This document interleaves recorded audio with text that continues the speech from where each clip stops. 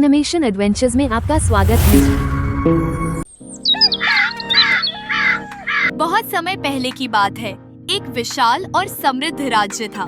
इस राज्य का राजा वीरेंद्र सिंह अपने न्यायप्रिय स्वभाव और विवेकशीलता के लिए प्रसिद्ध था। राजा का मानना था कि एक कुशल राज्य को चलाने के लिए न केवल सैन्य बल और धन की आवश्यकता होती है, बल्कि एक बुद्धिमान और सच्चा मंत्री भी अनिवार्य होता है। राजा का प्रमुख सलाहकार और मंत्री अमरचंद बेहद चतुर, निपुण और राजा का प्रिय था। अमरचंद ने अपने जीवन में कई बार अपनी बुद्धिमानी और चतुराई से राज्य के लिए मुश्किल समस्याओं का समाधान किया था।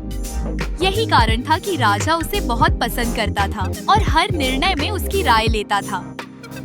लेकिन जहां राजा और अमरचंद के बीच इतनी घनिष्ठता थी, वहीं दरबार के कुछ अन्य मंत्रियों और दरबारियों के मन में अमरचंद के प्रति ईर्ष्या और असंतोष था।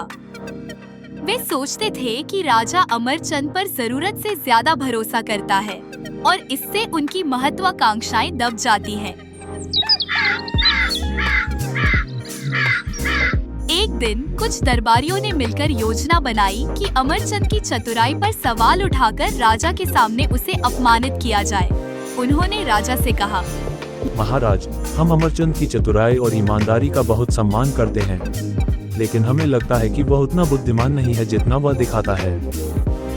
अगर आप चाहें तो उसकी बुद्धिमानी की परीक्षा लेकर यह सुनिश्चित कर सकते हैं कि वह वाकई में योग्य है या नहीं। राजा ने थोड़ा सोचा और उनकी बात मान ली। उन्होंने अगले दिन अमरचंद को बुलाने का आदेश दिया।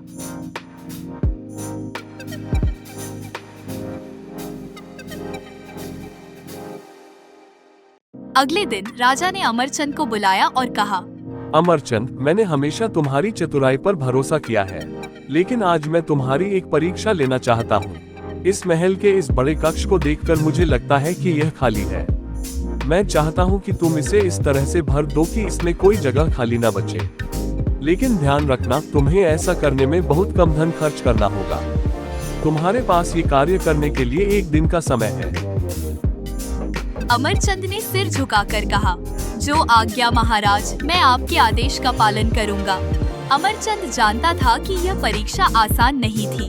राजा ने स्पष्ट रूप से कहा था कि धन कम खर्च करना है।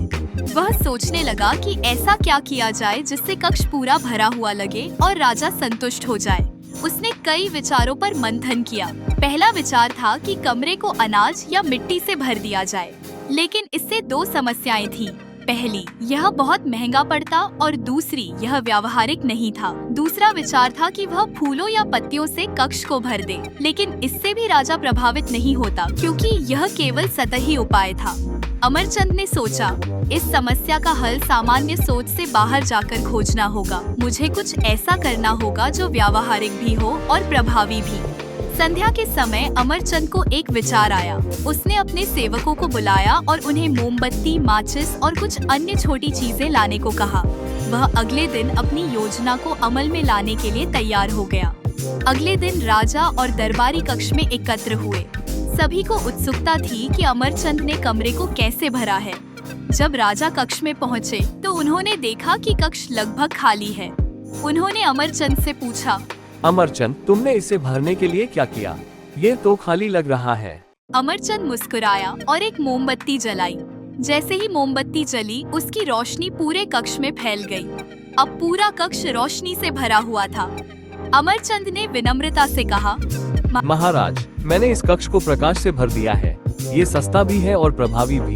अब इसमें कोई जगह खाली नहीं बची। राजा ने यह देखकर अमरचंद की प्रशंसा की।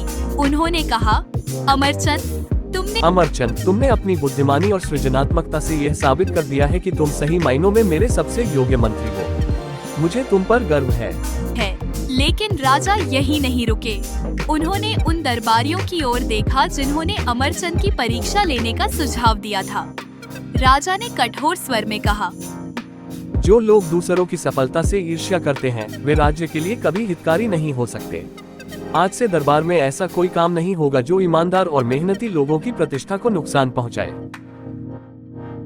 इसके बाद अमरचंद की प्रतिष्ठा और बढ़ गई। राजा ने अपने दरबार में यह सुनिश्चित किया कि हर किसी को अपनी योग्यता दिखाने का उचित अवसर मिले और ईर्ष्या की भावना को दरकिनार किया जाए।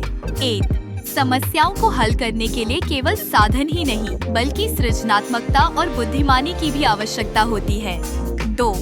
दूसरों की सफलता से ईर्ष्या करना हमें आगे बढ़ने से रोकता